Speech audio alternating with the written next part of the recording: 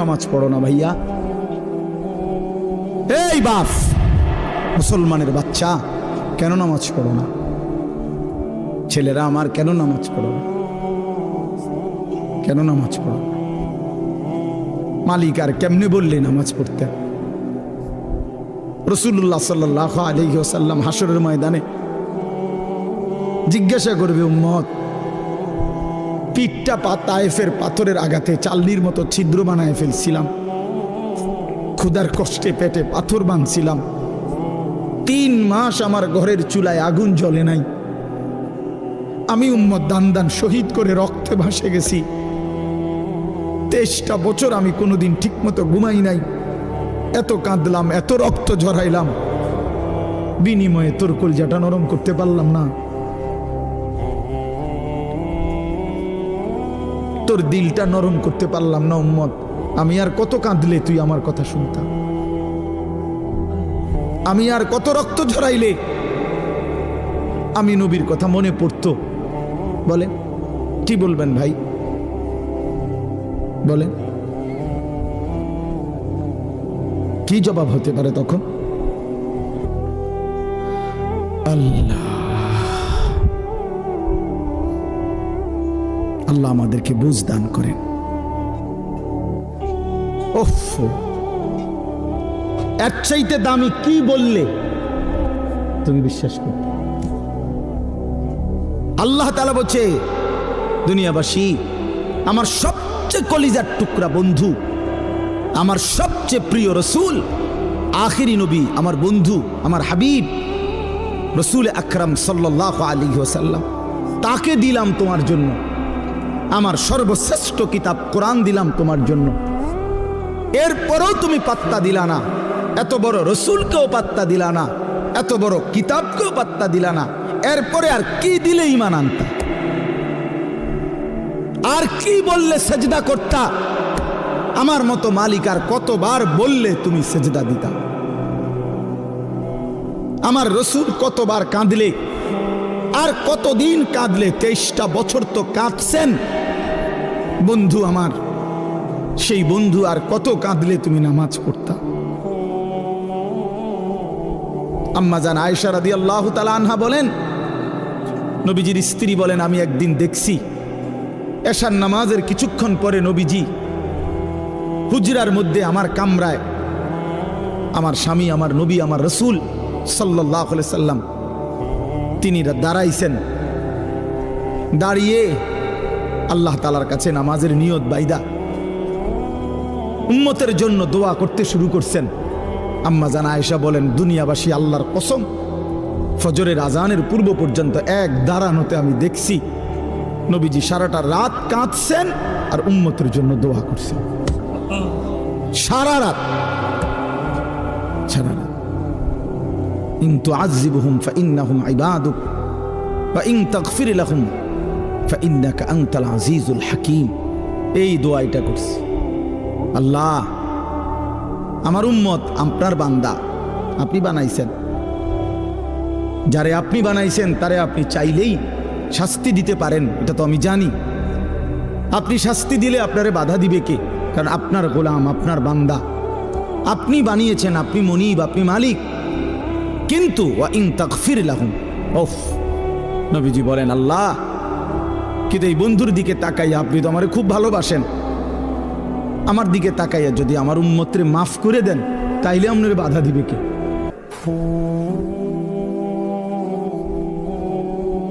আপনি মাফ করে দিলে আপনারা তো কেউ কিছু বলতে পারবে না, এই ক্ষমতা তো কারো নাই। আপনি তো চাইলে মাফই করে দিতে পারেন, তো দেন না মাফ করে। এইভাবে কাঁদছেন মিয়া সাহেব, এইভাবে কাঁদছেন, রাতেও মনে পড়ে না, দিনেও মনে পড়ে না, বছরের পর বছর, দিনের পর দিন, কোনো দিন আল্লাহর কথা মনে পড়ে না, রাসূলুল্লাহ সাল্লাল্লাহু আলাইহি সাল্লামের সুন্নাতের অনুসরণ করা মনে করে না। কেমনে পার হইবেন বাপ? হ্যাঁ, এত বছর দাড়ি কাইটা আখিরাতে পার হইবেন কেমনে? 30 বছর সুদ খাইয়া আখিরাতে পার হইবেন কেমনে? হ্যাঁ, কোনো দিন ফজরের নামাজ পড়েন না, আখেরাতে পার হইবেন কেমনে? আপনার বিবি কোনোদিনও পর্দা করে না, এই বোন পার হবে কেমনে? 30 বছর ধরে প্রতিদিন আপনার ঘরে রঙিন টেলিভিশন চলে, আপনার বিবি বাচ্চারা নাচ গান নর্তকীর ছবি নাটক সিনেমা দেখে, মুক্তি পাইবেন কেমনে বাবা? বলেন, সবাই বলেন, ফিকির করেন, ভেবে দেখেন। কি বুঝাই দিবেন আল্লাহকে? কি বুঝাই দিবেন রাসূলুল্লাহ সাল্লাল্লাহু আলাইহি সাল্লাম? নবীজি কিছুই জিজ্ঞেস করবে না? কি মনে করেন আপনারা এমনি সবাই সুপারিশ করবে মানে কি? কিছুই জিজ্ঞাইতো না, কোনো কাগজপত্র কিছুই দেখবে না নাকি? কথা বলেন না তো। তাইলে রাসূলুল্লাহ সাল্লাল্লাহু আলাইহি সাল্লাম সুপারিশ করবে মানে কি?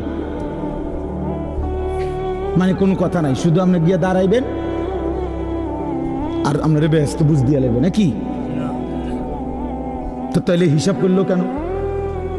ডান কাদের বাম কাদের ফেরেশতা লিখলো কেন? আমল নামা তৈরি হইল কেন? মিজানের পাল্লায় ওজন হবে কেন? হাসরের ময়দান বিচারের ময়দান বলা হইল কেন? বুঝেন নাই কথা? তো এজন্য এটা অনুভব করা উচিত। রাসূলুল্লাহ সাল্লাল্লাহু আলাইহি সাল্লাম সরাসরি তাফসিরে আছে, আমরা পড়ছি বাবা। আল্লাহ তাআলা যেদিন নবীকে বলছেন, বন্ধু আপনার সামনে আমি আপনার উম্মতের আমলনামা খুলব, এই কথা নবী যখন শুনছেন, আল্লাহ নবী সাল্লাল্লাহু আলাইহি সাল্লাম অঝরে কাঁদছেন। কেন কাঁদছেন? মুহাদ্দিসিনে কেরাম বলে, নবীজি চিন্তা করছে, ভাবতেছিলেন, হায় আমার উম্মতের আমলনামা যদি আমার সামনে খুলে আর আমি যদি দেখি পৃষ্ঠার পর পৃষ্ঠা গুনাহ নাফরমানি, আমি সেই চেহারা আমার মালিকের সামনে কেমনে দেখাবো? আমি কেমনে বলবো সর্বশ্রেষ্ঠ নবীর উম্মত এমন নাফরমান কেমনে হয়? বুঝেন নাই? এই জন্য বিষয়টারে এত তামসা মনে করেন না। রাসূলুল্লাহ সাল্লাল্লাহু আলাইহি সাল্লামের ভালোবাসা আপনি জায়গা থেকে আপনি বুঝে নিয়েন। আপনি যেই তরিকাতে আছেন, আপনি তরিকা লইয়া আমার টানাটানি নাই, আপনার পিসাব লইয়া আমার টানাটানি নাই, আপনার দরবার নিয়ে আমার টানাটানি নাই। আপনার যেমনি হোক, আমি আপনি সবাই মিলে চলেন, ফিকির করি কেমনে আখিরাতের মুক্তি মিলবে। জান্নাতের অনেক দরজা, জান্নাতের দরজা একটা না, অনেক দরজা। যে কোনো এক দরজা দিয়ে ঢুকতেই, এই এখন শুনামু আপনার ঘরে, এখন পড়ছি, ওয়ানাযা'না মা ফি সুদুরিহিম মিন গিল্লিন। আল্লাহ বলেন, আমার যতগুলো বান্দাকে আমি জান্নাত দেব, ঢুকবার আগেই আমি তাদের কলিজা থেকে চিরদিনের জন্য হিংসা, বিদ্বেষ, রাগ, ক্ষোভ, ক্রোধ সরাই দেব। ইখওয়ানান, সবাইরে ভাই ভাই বানায় দেব। আলা সুরুরিম মুতাকাবিলিন, সমস্ত জান্নাতি পরস্পর পরস্পরের মুখোমুখি হয়ে আনন্দ আর ফুর্তিতে মজে থাকবে। এই জন্য দোস্ত আমার, বন্ধু আমার, বাপ আমার, ফিকির চাই, ফিকির চাই। এ কথা দিল দিয়ে বুঝতে হবে। হাসলেও মরে যাবেন, কাঁদলেও মরে যাবেন, শরীর সুস্থ থাকলেও একদিন মৃত্যু হবে, রোগ শোকে পড়লেও মৃত্যু হবে।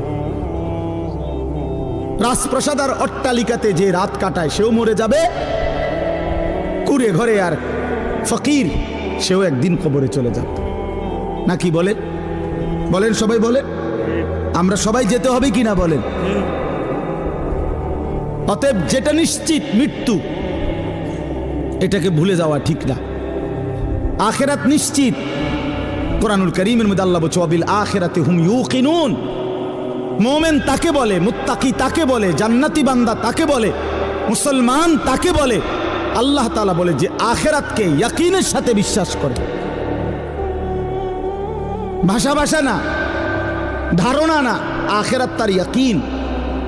আগুনে লাগলে পুড়ে যায়, এটা আমাদের ধারণা না, ইয়াকিন। কথা বোঝেন নাই আমার? আগুনে পুড়ে যায়, আমরা সবাই ইয়াকিন বিশ্বাস করি। এটা পানিতে ডুবে যায়, এটা আমাদের ইয়াকিন, এটা ধারণা না। মানুষে তো কয় আগুনে বেলে ফুরা যায়, মনে ফুরেও হইতেও পারে, এমনি নি মানুষে কয় এটা। তো আল্লাহ তাআলা বলেন, বান্দা আখিরাতের ব্যাপারটা তুমি এই মনে করো না যে আরে হুজুররা তো কয়, বারবার কয়, মনে হইতেও পারে,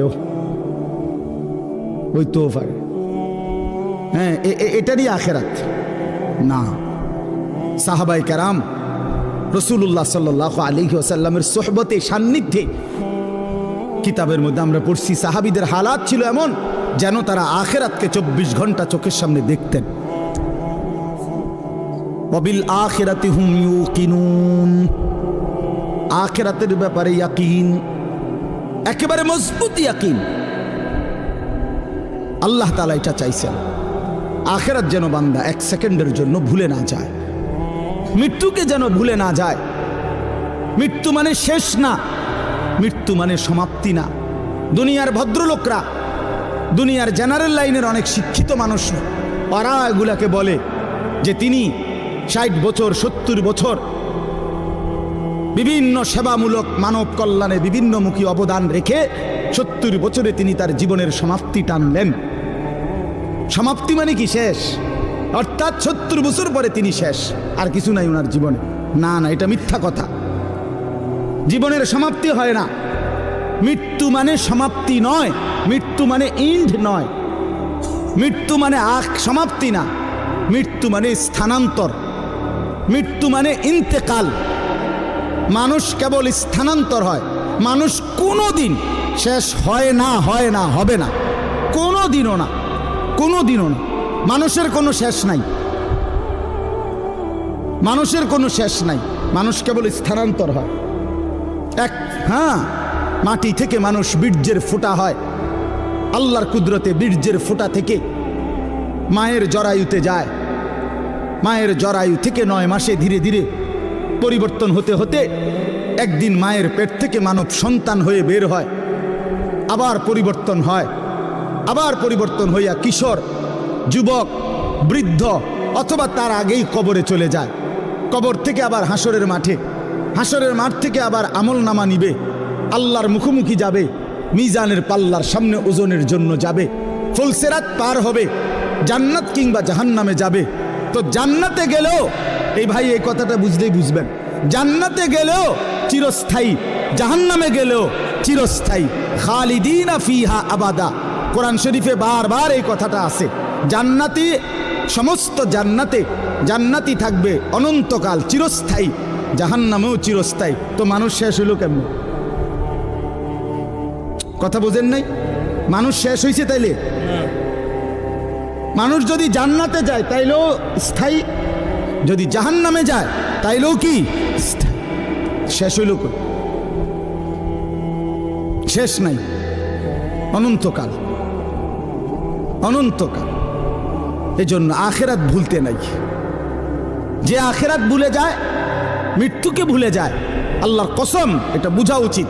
আমিও, আপনিও, বাবারাও, নওজোয়ানরাও, পর্দার আড়ালের মা বোনরাও, আখিরাত ভুলে গেলে মুসলমান থাকে না। পরকাল যার জেহেন থেকে সরে গেছে, যার ধ্যানে, চিন্তায়, চেতনায়, চলাফেরায়, উঠা বসায়, লেনদেনে আখিরাত, আখিরাতের বলতে কিছুই তার মনে নাই, তারে মুসলমান বলে না, মুসলমান বলে না। পৃথিবীর আর কোনো ধর্মাবলম্বীদের কাছে আখিরাতের ব্যাপারে স্পষ্ট কোনো ধারণা নাই। হিন্দু ধর্মের অনুসারী যারা, তারা মনে করে মৃত্যুর পরে মানুষ আবার পুনর্জন্ম হয়, জন্মান্তর হিন্দু ধর্মের একটা গুরুত্বপূর্ণ বিশ্বাস তাদের। আবার পুনরায় জন্ম হয়। প্রথম জন্মে যদি সে ভালো কাজ করে, পরের জন্মে আপনার বড়, তাদের উত্তম মানুষ, তাদের ধর্মে যারা মনে, তাদের মতো হয়ে আসে। আর যদি প্রথম জন্মে মন্দ কাজ করে, পরের জন্মে বিভিন্ন জীব জন্তু, কীট পতঙ্গের মতো হইয়া জন্ম নেয়। এইটা তাদের বিশ্বাস। ইয়াহুদি ধর্ম যারা, ইয়াহুদি, ওই যে ইসরায়েলের যে কুত্তারা মুসলমান মারে, ওই বেঈমানদের আকীদা হইল পরকালে যদি বিচার হয় তাইলে আমাদের সর্বোচ্চ 40 দিন। আমরা মুসা আলাইহিস সালামের কথা শুনি নাই, এই জন্য হয়তো 40 দিনে হালকা কিছু ফিটা টিটা দিতে পারে, এর বেশি দিবে না কাউরে। 41 দিনের দিন সব স্বর্গে চলে যাবে। হ্যাঁ হ্যাঁ, এটা কোরআন শরীফে আছে এটা।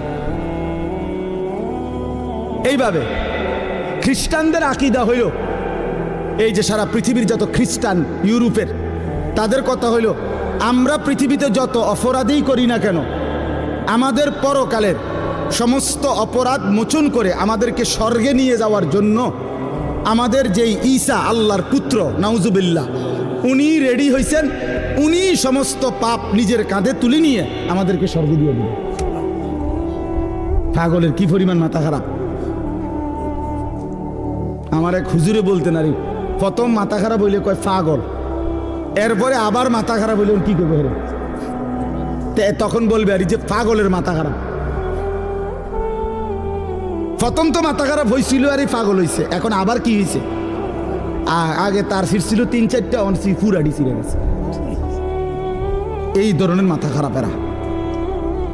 তাইলে বিশ্বাস করেন ভাই, পৃথিবীর কারো কাছে কবর, হাসর, মিজান, আমলনামা, আল্লাহর মুখোমুখি দাঁড়ানো, মিজানের পাল্লায় ওজন হওয়া, ফুলসেরাত, জান্নাত জাহান্নাম, বিচার আচার হিসাব কিতাব, এগুলো নিয়ে স্বচ্ছ পবিত্র সঠিক বিশুদ্ধ ধারণা কারো কাছে নাই। একমাত্র আল্লাহর কোরআন, প্রিয় নবী সাল্লাল্লাহু আলাইহি ওয়াসাল্লামের হাদিস, এর মধ্যেই কবর, হাসর, আখিরাত, পরকালের সঠিক পূর্ণ বিবরণ আল্লাহ এবং তার রাসূল পেশ করেছে। বলেন আলহামদুলিল্লাহ। আলহামদুলিল্লাহ। নবী সাল্লাল্লাহু আলাইহি সাল্লাম ভাঙ্গা ভাঙ্গা বলছে। আমরা হাদিসে পড়ছি, নবীজি সাল্লাল্লাহু আলাইহি ওয়াসাল্লাম জানাজা পড়তে গেছে। হযরত বারা ইবনে আযিব থেকে বর্ণিত, তিনি বলেন যে আমরা নবীজির সাথে এক সাহাবীর জানাজা পড়তে গেছি। তো যেখানে জানাজা হবে ওইখানে গিয়া দেখলো, নবীজি দেখলেন এখনো কবর খোঁড়া শেষ হয় নাই। ওয়ালাম্মা ইয়ালহাদ, কবর খোঁড়া এখনো শেষ হয় নাই, তাহলে আরো সময় লাগবে 20-25 মিনিট, কথার কথা। তো এখন কবর খোঁড়া যদি শেষ না হয় তো জানাজা পড়বো কেমনে? কবর তো রেডি হয়েছে না এখন। তো নবীজি সাল্লাল্লাহু আলাইহি সাল্লাম সাথে সাথে ওইখানেই বসে গেছে। সাহাবীরা গোল হয়ে চারদিকে বসছে, ওই যারা জানাজা পড়তে আসছিল।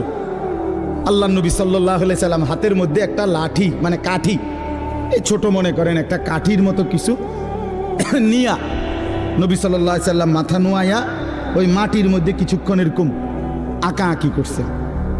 হযরত বারা সাহাবী বলেন, কোনো মানুষ চিন্তিত হইলে যেরকম নিজে নিজে যেরকম দাগ দেয়, মানে মনে করেন আপনি একটা কিছু গভীর চিন্তা করতেছেন, তো হাতের মধ্যে একটা চাবি আছে, দেখবে চাবিটারে সে ঘুরায়, অথবা একটা না একটা কিছু, মানে বোঝা যায় সে একটা কি আছে, চিন্তার মধ্যে আছে। তো সাহাবী বলেন যে ওই ছোট যে লাঠিটা, এটা এরকম দাগ দিতেছে, আঁক দিতেছে, আমরা বুঝতেছি যে গভীর কোনো চিন্তা করতেছে। এরপরে নবীজি বললেন সাহাবীদেরকে 3 বার, প্রথম বললেন ইস্তাইজু মিন আযাবিল কবর, সাহাবীরা আল্লাহর কাছে দিবানিশি কবরের আযাব থেকে পানাহ চাও, কবরের আযাব থেকে আল্লাহর কাছে মুক্তি চাও। 3 বার বলছে কথাটা। এরপরে নবীজি সাল্লাল্লাহু আলাইহি ওয়াসাল্লাম এক টানা লম্বা হাদিস, 2 পৃষ্ঠার মতো বড় কিতাবে আল্লাহ নবী সাল্লাল্লাহু আলাইহি ওয়াসাল্লাম এই কোন ব্যক্তির নেককারের রুহু কেমনে কবজ হয়, নাফরমানের রুহু কেমনে কবজ হয়, এই 2টা থেকে শুরু করে কবরের পুরা ঘটনাটা আল্লাহ নবী সাল্লাল্লাহু আলাইহি সাল্লাম বলছেন। সাহাবীরা মনোযোগ দিয়ে শুনছেন, চোখের পানি ফেলে কাঁদছেন। আল্লাহ নবী সাল্লাল্লাহু আলাইহি সাল্লাম বলেন, সাহাবীরা শুনো, কোন নাফরমানের মৃত্যুর যখন পাপীর সময় হয়, মালাকুল মউত আজরাইল আইসা প্রথম ডাক দেয় যে হে অপবিত্র আত্মা, আইয়াতুহান নাফসুল খাবিসা, এই খবিশ আত্মা বের হও, উখরুজি ইলা সাখাতিল্লাহ, আল্লাহর অসন্তুষ্টির দিকে বের হও। নবীজি বলেন, নাফরমান পাপী আল্লাহর অবাধ্য, তার রুহুটা তখন বের হতে চায় না। মালাকুল মউত আজরাইল কলিজাটার মধ্যে খপ করে ধইরা রুহুটা কলিজা থেকে টান দিয়া ছিঁড়া ফেলে। ছিঁড়ে ফেললেই রুহুটা তখন এই কণ্ঠনালীর কাছে, এখানে কণ্ঠনালীর যে শেষ জায়গা, এখানে এসে আটকায়া যায়। এই কলিজার থেকে ছিঁড়া এখানে যখন আটকায়, আল্লাহ নবী সাল্লাল্লাহু আলাইহি সাল্লাম বলেন আর বের হতে চায় না। আজরাইল তখন কোনো কিছুকে টাইনা হেসরাইয়া ছিঁড়া, টাইনা টুইনা হেসরাইয়া যেভাবে বের করে, মালাকুল মউত আজরাইল ওই নাফরমানের রুহুকে এইভাবে টাইনা হেসরাইয়া ছিঁড়া ফাইরা তারপরে বের করে, তারপরে বের করে। এজন্য দোস্ত আমার, বন্ধু আমার, রাসূলুল্লাহ সাল্লাল্লাহু আলাইহি ওয়াসাল্লাম বিস্তারিত একেবারে জান কবজ থেকে শুরু করে বর্ণনা দিচ্ছেন। কোরআন শরীফ আল্লাহ বারবার বলছেন, ফালাউলা ইযা বালাগাতিল হুলকুম। রব্বুল আলামিন বলে, কোন নাফরমানের রুহু যখন ছিঁড়ে গিয়ে কণ্ঠনালীতে এসে পৌঁছে, ওয়া আনতুম হিনা ইদিন তানজুরুন, তোমরা আশপাশের আত্মীয় স্বজন তখন তার দিকে তাকিয়ে থাকো। ওয়া নাহনু আকরাবু ইলাইহি মিনকুম ওয়ালাকিন লা তুবসিরুন, আমি আল্লাহ তো তখন সামনেই থাকি, কিন্তু তোমরা দেখো না। বলেন না, আল্লাহ বলেন আমিও দেখি, তোমরাও তাকায়া দেখো।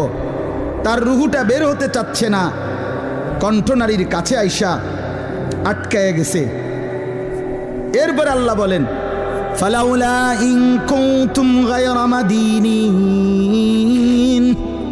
যদি তোমরা মনে করো কবর নাই, আখিরাত নাই, পরকাল বলতে কিছু নাই, তারজিউনাহা ইন কুনতুম সাদিকিন, যদি তোমাদের এই কথাটাই সত্য হয়, তাইলে এই নাফরমানের রুহুটা তার কণ্ঠনালীর থেকে টেনে তার কলজার মধ্যে ফিরাইয়া দাও,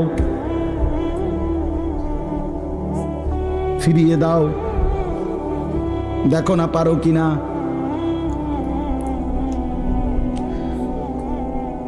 তাহলে বলেন সম্ভব তখন? মানে কেউ পারবে তো তখন নাকি? কোরআন শরীফের জন্য আছে, আল্লাহ বলছে আউলা লাকা ফাআউলা সুম্মা আউলা লাকা ফাআউলা। আল্লাহ বলে, নাফরমান বান্দা মনে রেখো, তুমি 4 বার কষ্ট পাইবা, তুমি 4 বার যন্ত্রণা পাইবা, তুমি 4 বার আযাব পাইবা। আমি আল্লাহ বলে রাখলাম, আউলা লাকা ফাআউলা সুম্মা আউলা লাকা ফাআউলা। একবার জান কবজের সময় কষ্ট পাইবা, 2 নম্বরে কবরে কষ্ট পাইবা, 3 নম্বরে হাসরের ময়দানে কষ্ট পাইবা, 4 নম্বরে জাহান্নামে কষ্ট পাইবা, জাহান্নামে কষ্ট পাইবা। এই জন্য ভাই আমি আপনাদের কাছে এবার আসেন, যে এই আয়াতগুলো পড়ছি, এই আর অল্প একটু সময়, এই আয়াতগুলো রাতের 11:30 বাজে, চিন্তা করেন বাইরে, এরপরও মানুষ কথা, কি আকল, কি দেমাগ, এরা থামবে কখন? চিন্তা করেন, মানুষের বিবেক রাতের 11:30 বাজে গেছে, এরপরও বাহিরে কিছু মানুষ, আরে বাবা আপনি ঘুমাইলেই তো ভালো।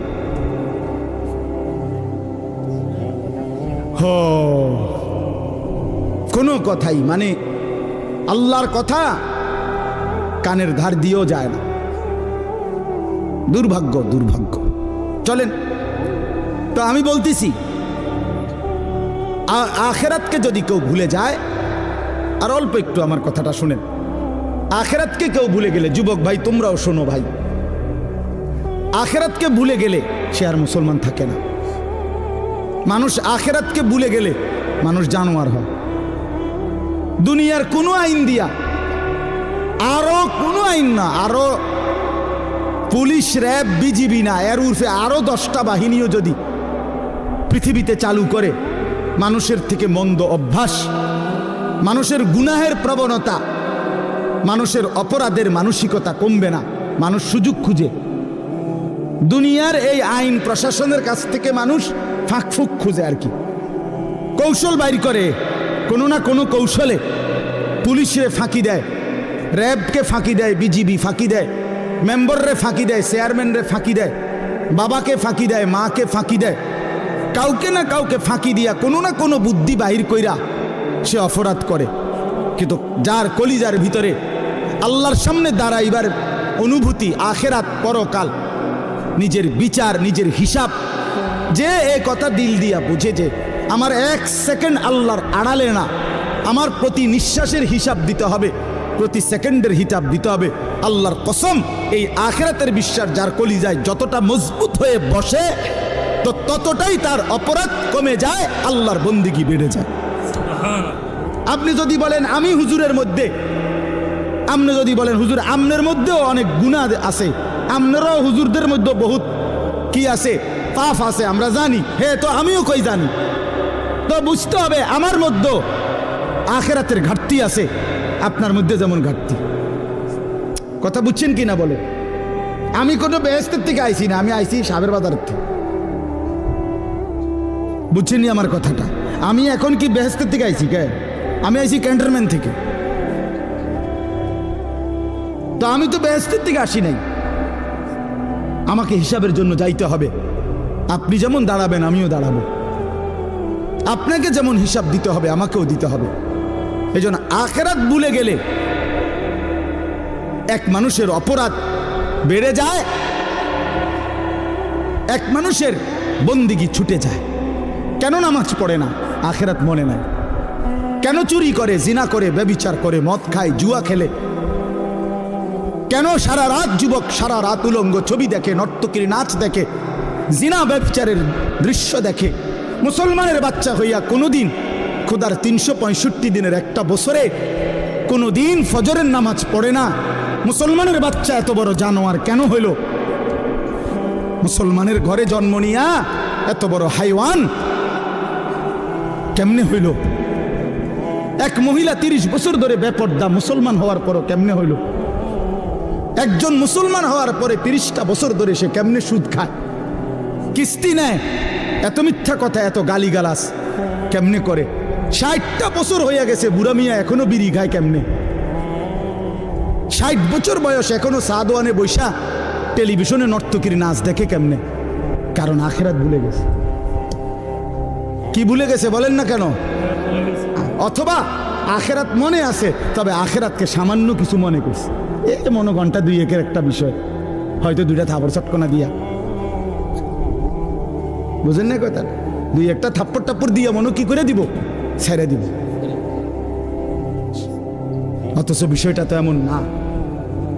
আল্লাহ তাআলা কোরআনে বলছে হাসরের ময়দানের একদিন এক এক দিন, প্রতিদিন এক এক দিন 50,000 বছর। কোরআন শরীফের আয়াত, এটা কোনো হুজুরের ব্যাখ্যা না, ডাইরেক্ট কোরআনের আয়াত। ফি ইয়াউমিন কানা মিকদারুহু 50,000 সানা, প্রতিদিন একদিন হাসরের ময়দানের 50,000 বছর। 50,000 বছর একটা প্রচন্ড গরমের জায়গার মধ্যে আপনারই যদি 4টা ঘন্টা 5টা ঘন্টা, চারিদিকে কোনো দরজা নাই, জানালা নাই, পুরা গরমের মধ্যে এই প্রচন্ড গরমের সিজনে যদি বসায় রাখে 10টা ঘন্টা, আপনি তো পাগল হয়ে যাবেন। আপনি তো গরমে পাগল হয়ে যাবেন। তো 50,000 বছর একদিনে মাথার উপরে সূর্যটা থাকলে দোস্ত আমার কি হবে অবস্থা? পায়ের নিচের জমিন তামার মতো হলে কি হবে? আল্লাহ নবী সাল্লাল্লাহু আলাইহি সাল্লাম বলছেন, উম্মত 1 সেকেন্ডের জন্য এই এক পাও রাখতে যেটুকু জায়গা, পায়ের তালু, এতটুকু জায়গার অতিরিক্ত কাউকে 1 সুতা জায়গা বেশি দেওয়া হবে না। মাউদাউ কাদামিন, শুধু পাও রাখবার জায়গাটাই হাসরের ময়দানে মিলবে। ডানে বামে সামনে পিছনে আর আগাইতেও পারবে না, পিছাইতেও পারবে না, এবং 1 সেকেন্ডের জন্য বসতে পারবে না। ইয়াউমা ইয়াকুমুন নাসু লিরাব্বিল আলামিন, দাঁড়িয়ে থাকতে হবে। মাথার উপরে সূর্য থাকবে, পায়ের নিচে জমিন তামার মতো, নড়াচড়ারও কোনো ডান বাম করার সুযোগ নাই। জাহান্নাম সামনে, ওয়াজি ইয়াউমা ইদিম বিজাহান্নাম, কোরআন শরীফ আল্লাহ বলছে হাসরের ময়দানে জাহান্নামকে সকলের সামনে এনে দাঁড় করানো হবে, জাহান্নামকে দেখবে। এই অবস্থায় কেমন হবে হালাত?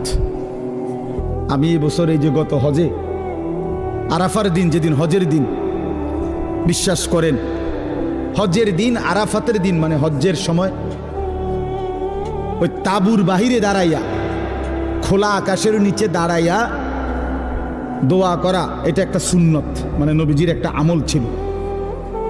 নবীজি আরাফার দিন, হজের দিন তাবুত থেকে সইরা আলগা হইয়া খালি আকাশের নিচে দোয়া করছেন লম্বা সময়। এই আমলটা করার জন্য বিশেষ করে এই বছরের হজে 2-3 বাইর হইছি। কদ্দুর 2 মিনিটও বিশ্বাস করেন মনে হচ্ছে যেন আগুনের গোলা মারতে আছে শরীরে।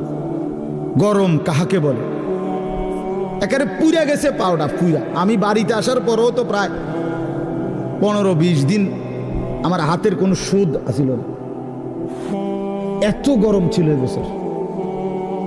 তো অথচ আমরা সবাই বিজ্ঞানিক গবেষণা কি যেন আমাদের থেকে সূর্য কত দূরে, কত জি আচ্ছা এই ধরেন না যে দূর দূরে, এই 2,86,000 কণ আর 30 লক্ষ মাইল দূরে কণ, যাই বলেন অনেক দূরে কিনা বলেন না, এই লক্ষ লক্ষ মাইল দূরে সূর্যের তাপে যদি এই অবস্থা হয়, মাথার উপরের সূর্যের কি অবস্থা হবে? কেন নামাজ পড়ো না ভাইয়া? এই বাপ মুসলমানের বাচ্চা, কেন নামাজ পড়ো না? ছেলেরা আমার, কেন নামাজ পড়ো না? কেন নামাজ পড়ো না? মালিক আর কেমনে বললে নামাজ পড়তে? রাসূলুল্লাহ সাল্লাল্লাহু আলাইহি ওয়াসাল্লাম হাসরের ময়দানে জিজ্ঞাসা করবে, উম্মত পিঠটা তায়েফের পাথরের আঘাতে চাল্লির মতো ছিদ্র বানায় ফেলছিলাম, ক্ষুধার কষ্টে পেটে পাথর বাঁধছিলাম, 3 মাস আমার ঘরের চুলায় আগুন জ্বলে নাই, আমি উম্মত দান দান শহীদ করে রক্তে ভাসে গেছি, 23টা বছর আমি কোনোদিন ঠিক মতো ঘুমাই নাই, এত কাঁদলাম, এত রক্ত ঝরাইলাম, বিনিময়ে তোর কলজাটা নরম করতে পারলাম না।